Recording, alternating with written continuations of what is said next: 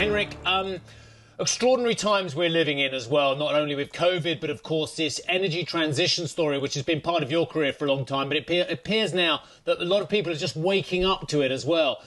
What are the problems that come with so many people now looking at renewables, at wind and turbines, when they weren't previously? Is there a bit of a gold rush going on?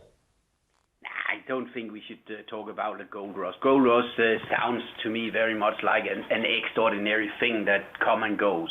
Where I think right now, don't ever fight an underlying mega trend. And I think 2020 for us has been a year of evidence. It has been a year of evidence that it has been difficult. It has been challenging. Most of us still lives in lockdowns, probably even the worst lockdowns we have right now, nearly a year ago from when it took its first breakout. And I think here that was an evidence for us to prove to all countries we operate in, we can be trusted also under difficult circumstances. That goes to countries for critical infrastructure, and it goes to customers that have bought into our renewable energy solutions. Yeah, I hear you, and I think gold rush is probably not the right term. In fact, almost certainly not the right term. But you mentioned they come and go, but other things come and go, including US presidents as well. And now you have a more environmentally friendly US president, if I can put it that way as well. Production tax credits, they look like they're safe now, at least for another year as well. Do you have more impetus into your business now because of the new administration?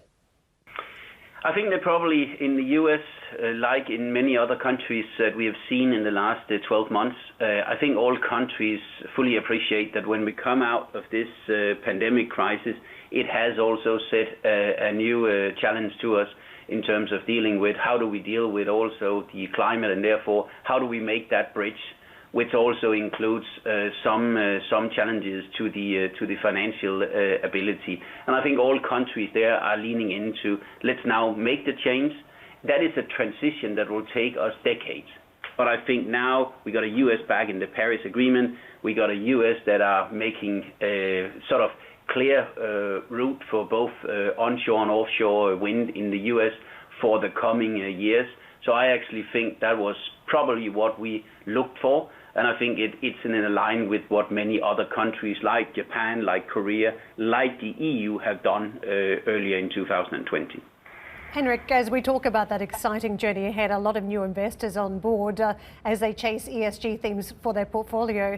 What does that mean for the dividend? Because I noticed that you've increased it today. You were at 7.93 Danish kroner last year at the 8.45 per share. Now, where do you see that dividend going over coming years?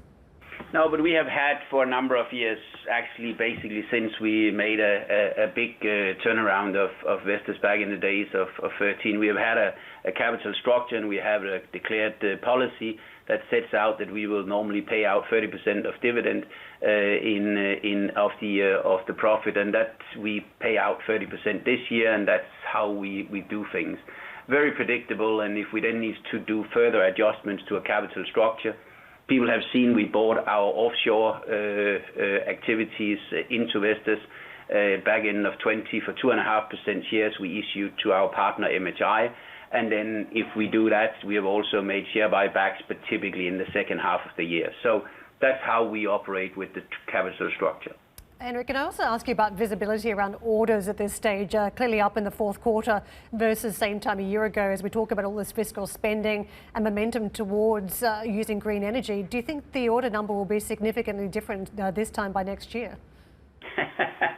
I think we have said out here, I think we like the predictability. We said probably a year ago that we are scaling to a new level of activities. People did have questions to that. Are we able to have and see orders coming from other parts of the world than just the US?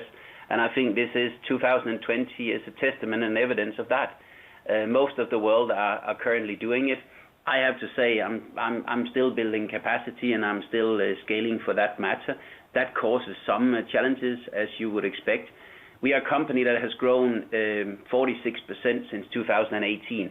That is an amazing number when you think of that it's a company that has in 10 billion euros in turnover, and now we are touching close to 15 billion. So in all of that, I'm really pleased, and I'm still pleased to see that we are able to operate despite the challenging COVID-19 conditions.